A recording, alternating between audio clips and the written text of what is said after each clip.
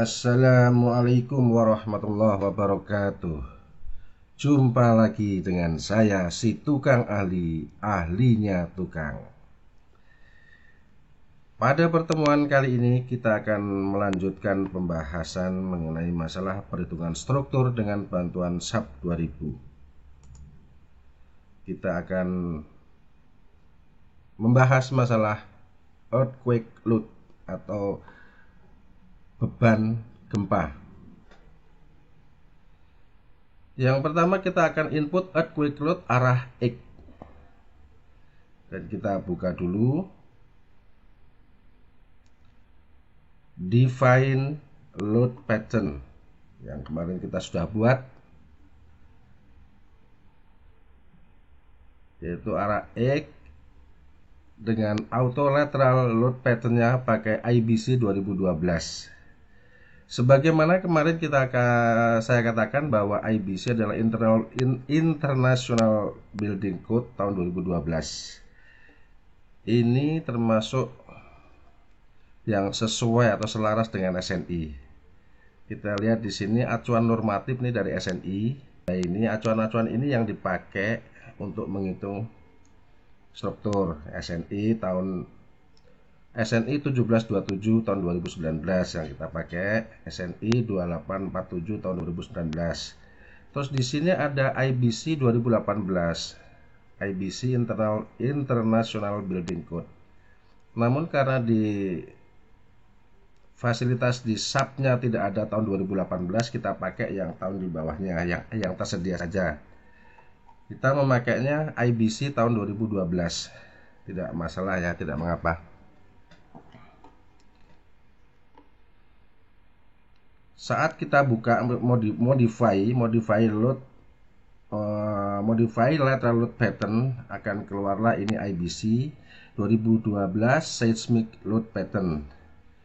Kita akan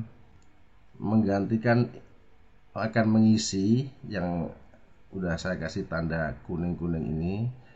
Nah, isian-isian ini kita dapatkan dari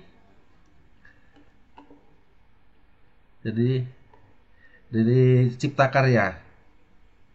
Ya, kita searching di Google Cipta Karya, di mana lokasi mau kita bangun.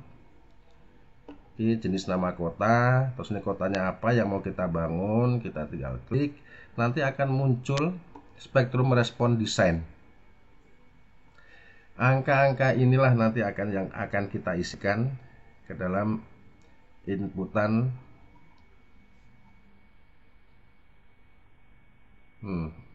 angka-angka ini nanti kita akan isikan ke dalam inputan ini.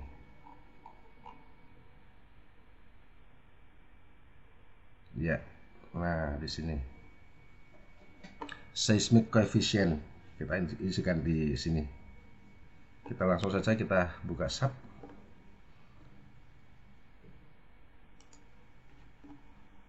Define load pattern. Ya, kita buka.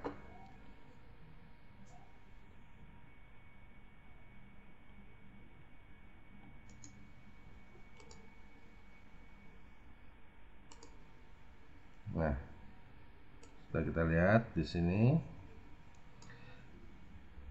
Kita langsung buka internetnya untuk mengisikan ini.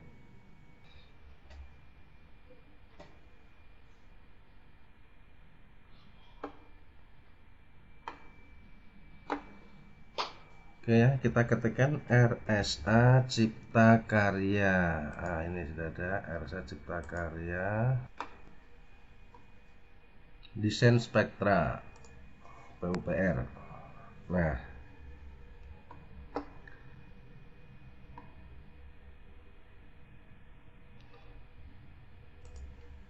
di sini kita ganti aja nama kota, di mana kota akan dibangun sebuah bangunan yang akan kita hitung. Kita ketikkan saja Yogyakarta.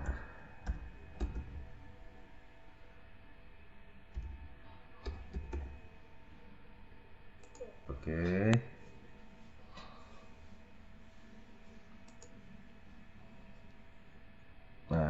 sudah muncul. Ini adalah spektrum respon desain untuk daerah Yogyakarta. Nah, angka-angka inilah yang akan kita input di dalam ini tadi, load pattern, modify ya. Nilai SS ini kita ambilkan dari sini tadi, SS. Nah, nilainya adalah 1,1070. Kita copy saja, kita kopikan di sini. Namun diingat ini harus diganti titik ini, kalau di sub berupa koma ya, harus diganti koma.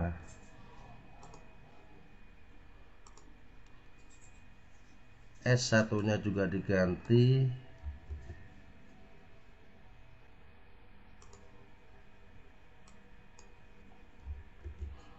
Jangan lupa diganti koma juga. Terus long period, transition period, ini tadi ada ini ya, TL nya ini ada 6.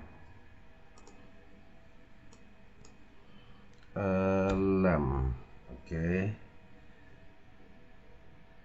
Terus kita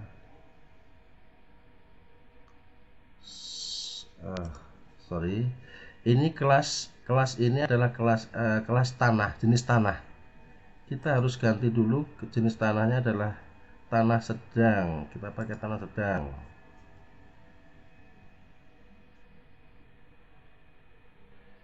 Ini masih sama enggak? 1,170, 1,107, 1,107, 0,507, 0,507. Oke, masih sama.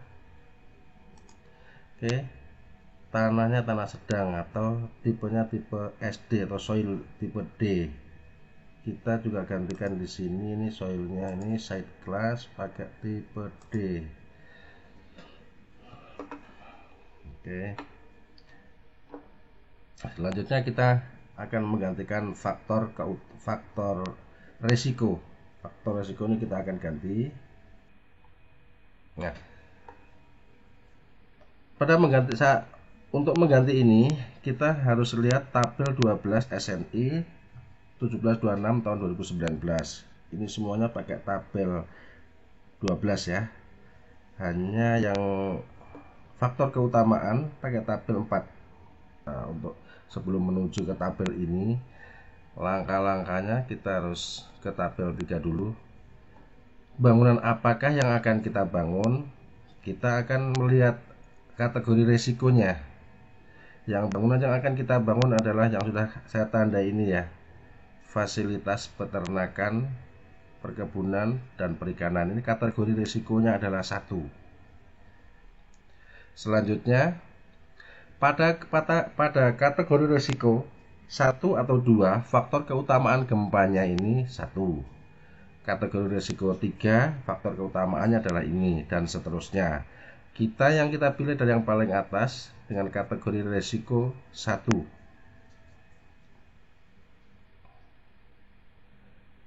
Terus kategori desain seismik berdasarkan parameter respon percepatan pada periode pendek. Kita lihat, kita masuk di sini, kategori resiko 1, 2 atau 3 ada di kotak ini. Kategori resiko kita adalah D. Kenapa? Karena nilai SDS kita lebih tinggi daripada 0,5. Nilai SDS ini adalah nilai SDS. Nilai SDS kita ini SDS. Nah, nilai SDS ini 0,7802. Ini artinya lebih dari 0,5. Jadi kategori resikonya adalah D untuk periode pendek. Untuk periode 1 detik, ini kita lihat juga di sini yang paling memenuhi SD1 kita ini adalah di atas 0,2, sehingga kategori resiko juga D. Mana itu SD1? Kita lihat di sini lagi SD1. Nah, SD1 ini Kita punya 0,5, artinya di atas 0,2. Jadi kategori resikonya adalah D.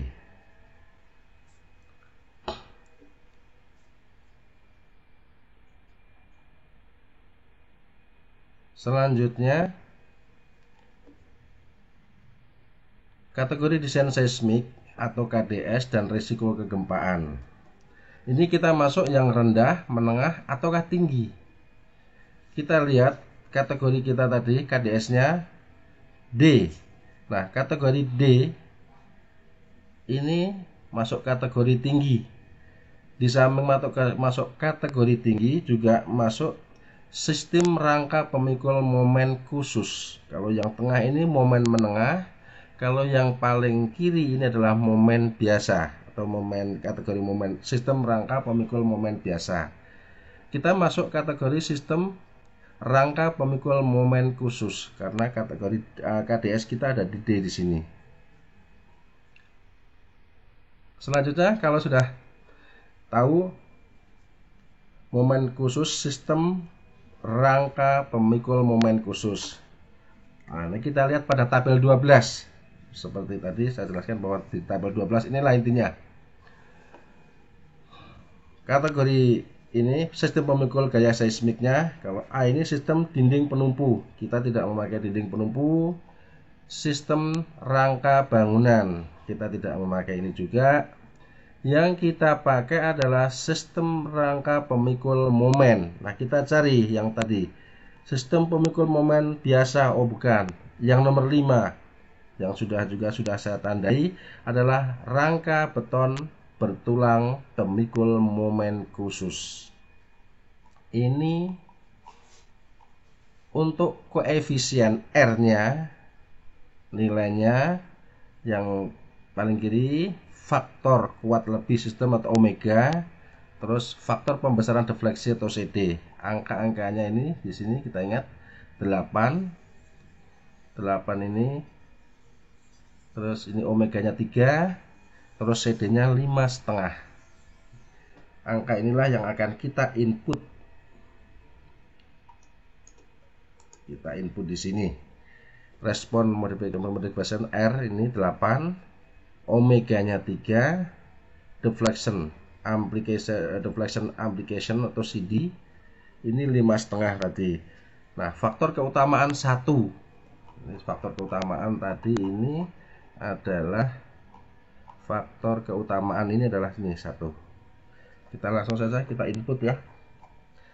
Kita input ke dalam itu, ke dalam sub sesuai dengan ini.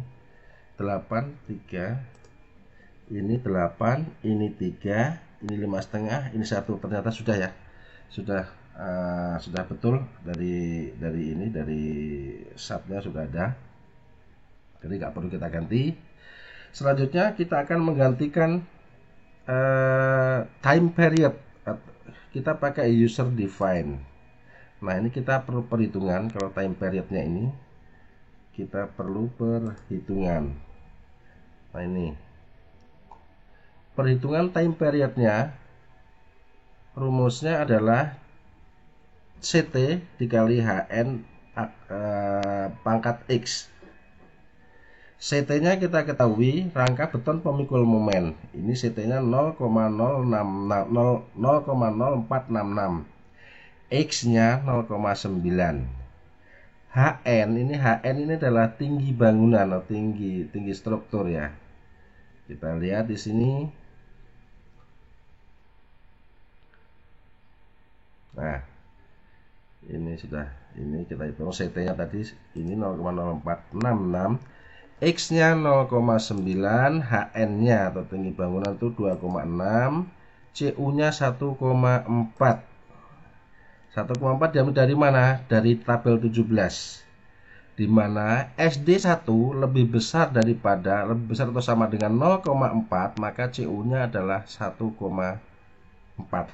Ini SNI 1726 tahun 2019 ya. Kita langsung masukkan rumusnya. T minimum itu CT dikali HN pangkat X. Kita masukkan angka-angka ini. CT-nya 0,0466 dikali 2,6 pangkat 0,9 ketemu 0,11 detik. Untuk yang maksimumnya rumusnya adalah CO dikali T min ketemu 0,154. Kita masukkan time periodnya T 0,154 ke dalam time period ini ya. Oke, langsung kita masukkan ke sini 0,154 ya. Selanjutnya kalau sudah ini berarti sudah. Untuk arah X nya sudah. Oke, arah X nya sudah terisi semua.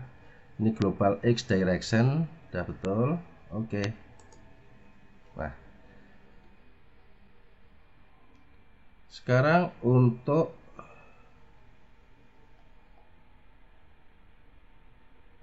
arah Y. Nah, untuk arah Y ini sama persis yang dilakukan arah X, modify lateral ya, sama persis. Hanya menggantikan arahnya. Yang tadi adalah di sini arah X, sekarang arah Y. Angka-angkanya pun sama persis.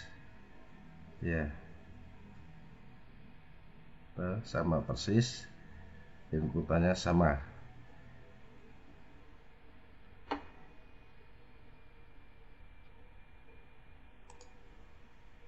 Arah Y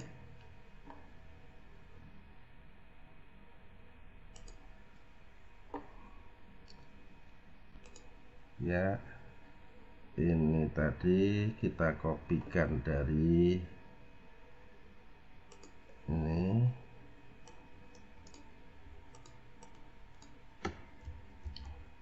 SS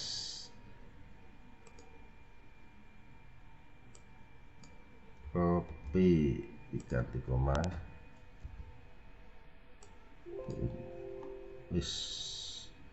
ilegal copy. Oke, ini 0,507 benar apa ya, kita cek ya. 0,507 masih ingatan saya masih bagus. Ini 6.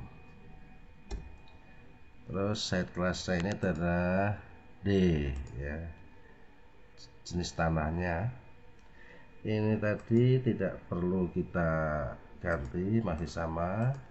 Terus time periodnya pakai user define 0,154. Oke, global Y direction sudah. Oke, sudah. Oke, nah ini berarti kita sudah sampai input gaya arah X dan Y sudah selesai. Kita akhiri pertemuan kita kali ini, cukup sampai di input data gempa arah X dan arah Y. Semoga bermanfaat. Terima kasih atas perhatiannya. Pada pertemuan berikutnya kita akan membahas mengenai masalah define response spectrum. Wassalamualaikum warahmatullahi wabarakatuh.